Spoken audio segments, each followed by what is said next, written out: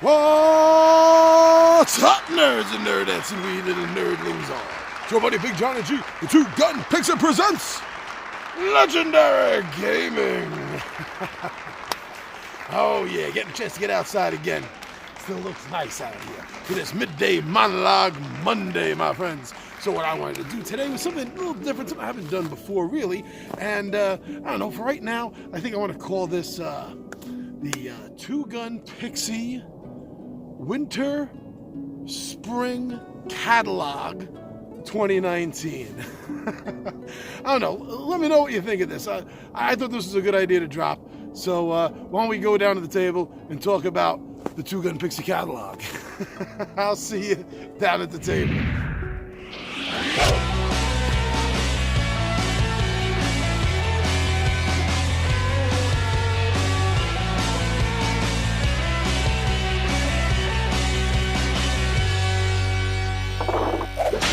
Shut up and sit down. All right, thank you very much, everyone, for joining me here for this Midday Monologue Monday, where I'm trying out this new this new thing to do. I mean, if it works out good, drop it every few months. If not, this was a happy little lark, right, my friends? So yeah, I wanted to talk about the Two-Gun Pixie 2019 Winter Spring Catalog, as I call it. Just between Kickstarter games and being asked to review games, we have a lot coming in over the next couple of months. And I just wanted to let everyone know what to expect. We're busy here on our end of the camera, getting things ready, and just wanted to let you know about that. So I'm doing this in sort of order. This is an expected order. Well, not even expected is a little strong of a word. This is a hoped order based on communications. That's all it is. So it's completely subject to change. That's 100% for sure. So you already saw just last week, you already saw our showcase for Mackerel Sky Games' Doxy Dash.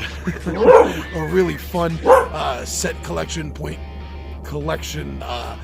card game, very family-friendly card game, all about dash hounds, dachshunds, badger hounds, and it is. It's a really fun game.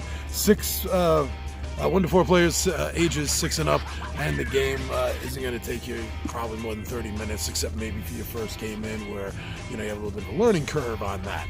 So you just saw that. So next, which is going to be this week. You get a little bit of a preview for this week right now. We have another, that was a Kickstarter game, Doxy Dash. We have another Kickstarter game that came in that we've gotten the videos already and posted, scheduled to drop, that is, for all of you. And that is by Mythica Games and Mythica Gaming. Did I get that right? Mythica Gaming and Legendary Games brings us the fantasy horror card game, Fates of Madness. And this is a light style RPG game to play solo. It can also be a cooperative game for 1 to 4 players, or it can be a cooperative versus all game for 5 players, with 4 heroes being run and 1 player running a sort of game master, dungeon master, storyteller sort of role, leading the players through the game instead of the random drawers from the deck. So it's a really interesting game. It's completely diceless system, just uses a few decks of cards. I can't wait for you to see the game and find out what you think of it. Now, I think the order after that is where it starts getting a little iffy here. I know we just got in from Osprey Games, we got in the expansion for the Wildlands, the Adventuring Party, so we're going to have to do that for an unboxing.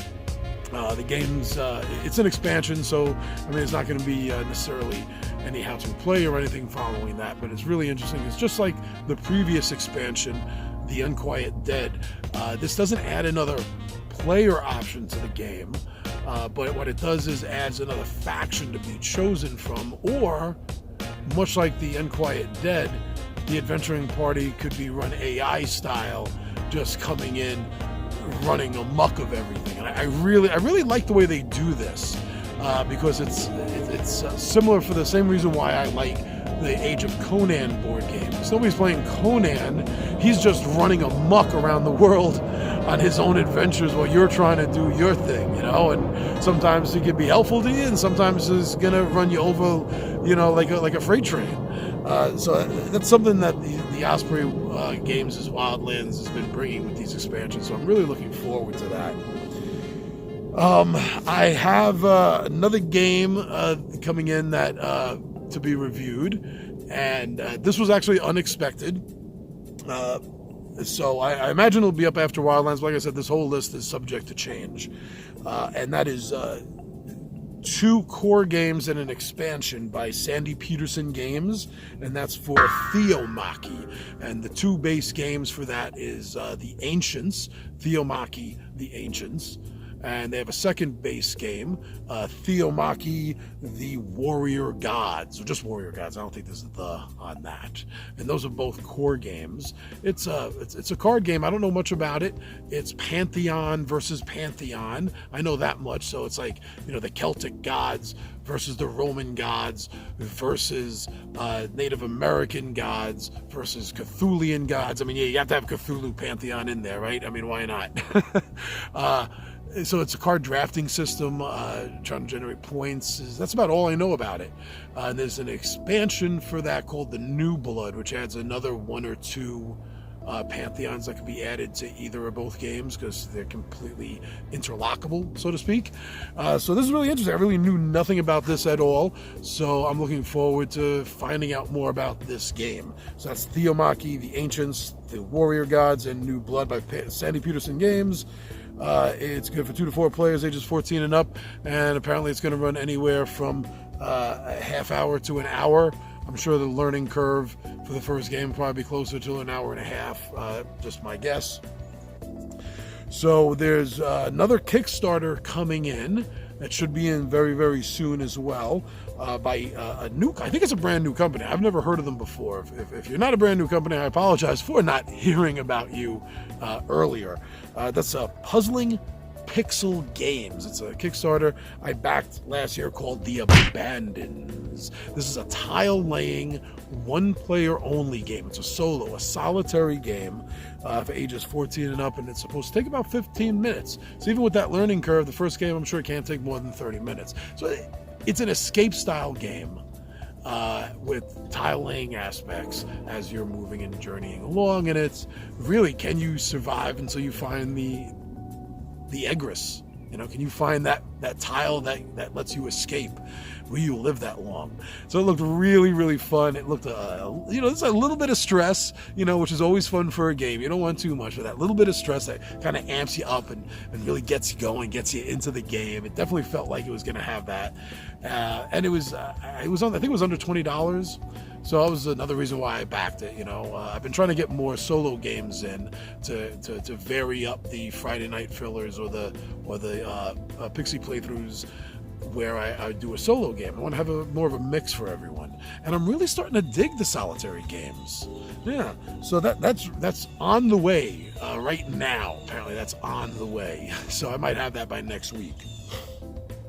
Another game that was on Kickstarter, but I missed it. I missed this completely. There's so many games come out on Kickstarter. My God, it's unbelievable.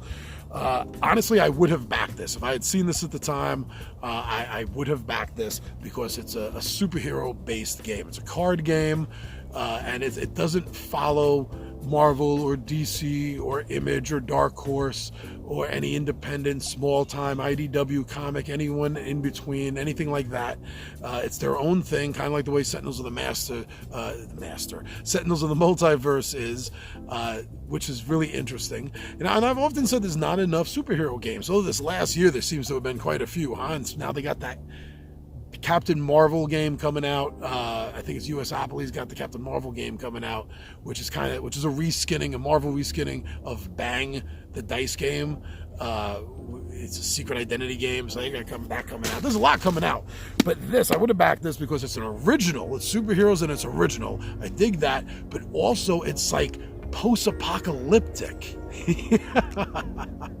So wow, that kind of like blows my mind. And I've said this before in other videos that I've shot. I do like the cross genre. I love it when you take like sci-fi and horror and mix it, or Wild West and horror, or sci-fi, or whatever, or fantasy, and you mix it all in together.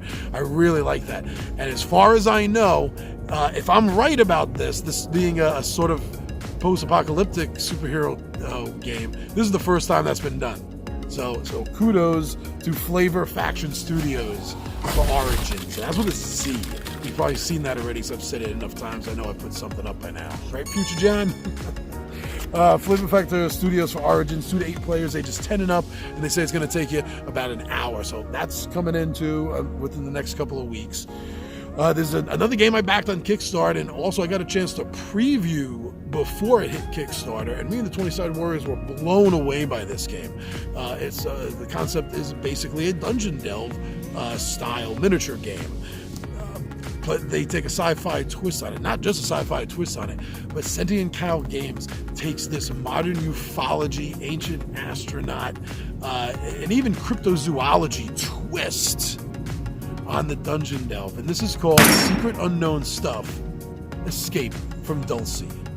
If you into ufology, ancient astronauts, then you know very well what is allegedly going on at the Mesa at Dulce Base. I'm not saying I believe it. I'm not saying I don't believe in it, and I'm casting no judgment on anyone that does or doesn't. But I do admit this: I know the story. Yes, I do. Me and Tommy V have followed that story very well over the years. So to turn a board game into this is amazing. And right there, I'm hooked. Me and Tommy V hooked right there. But what makes this game, to me, even better is I love 3D aspects to board games. This goes back to an old Hobbit board game when I was a kid. Me and Anthony, we still talk about this board game to this day. Long lost in the fire, and even before the fire, though, pieces were everywhere. It really wasn't playable, but it had 3D aspects to the board, and I really love that. And this takes it to like a fantastic degree. It is you can see putting it up. I mean, there's 2 parts to this rising board, because it's the Mesa, and you got to escape, and you're in the basement, and you got to work your way out. So this board sells an already awesome game. All right, now don't buy it for the board, because the game itself is awesome, but the board on top of this is just like, wow, thank you so much, Sentient Cow Games, for going that extra mile on this. Thank you. So that's coming in along with, as far as I know, the 2 mini expansions. The first one being a prelude to Escape from Dulce, and the other one being an epilogue, which is a lead into their next big game in the series. This is a trilogy, by the way. Again, that's another big thank you, guys. And that is the prelude is the Hidden Shrine of Ugamatu. Yeah. Now hold on. I'm gonna make a comment on that, but hold on. The second one is Joey Fixit's Wild Ride. All right, now these guys, Weller and Chris, these guys are obvious. Well, I know this because I've spoken. It's not obvious. I've actually spoken to them online. We've talked quite a few times over the last few years, so I know for a fact they're huge fans of D&D, Dungeons & Dragons, especially Advanced Dungeons & Dragons. The original 1E, even though we never called it that. Even when 2nd edition came out, we didn't call it 1E. But anyway, that's what it's referred to now. And it really doesn't matter. I'm just making that a point because I'm an old man. But they're also big fans of it, and they designed these mini expansions to look exactly like the 1st edition modules. What I call the banner books, because they all have that yellow banner running across the top left-hand corner.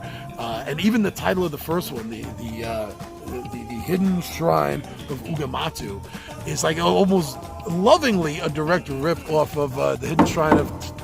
I could never really say that, but there it is. Yeah, so I'm even more in love nostalgically because of this. So those are coming in. From Sandy Peterson Games. Oh, by the way, Escape from Dulce is 1 to 5 players, ages 14 and up, and 1 to 3 hours for that. Now, as I was saying, Sandy Peterson Games, I'm also expected to get a copy of Cthulhu Wars. Warriors and Onslaught 2, because they're getting ready for a big drop with Onslaught 3. And so, it's always good to generate a little more buzz and talk about it. And they found out that this was one of my Grail games that I really wanted, but the price was keeping me away from it.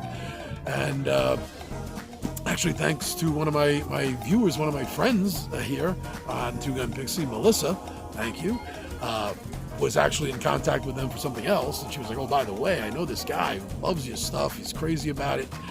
Check him out. He'd love to review your games. And they looked at Two-Gun Pixie and they're like, hey, this guy is like one step away from Necronomicon crazy. I love him.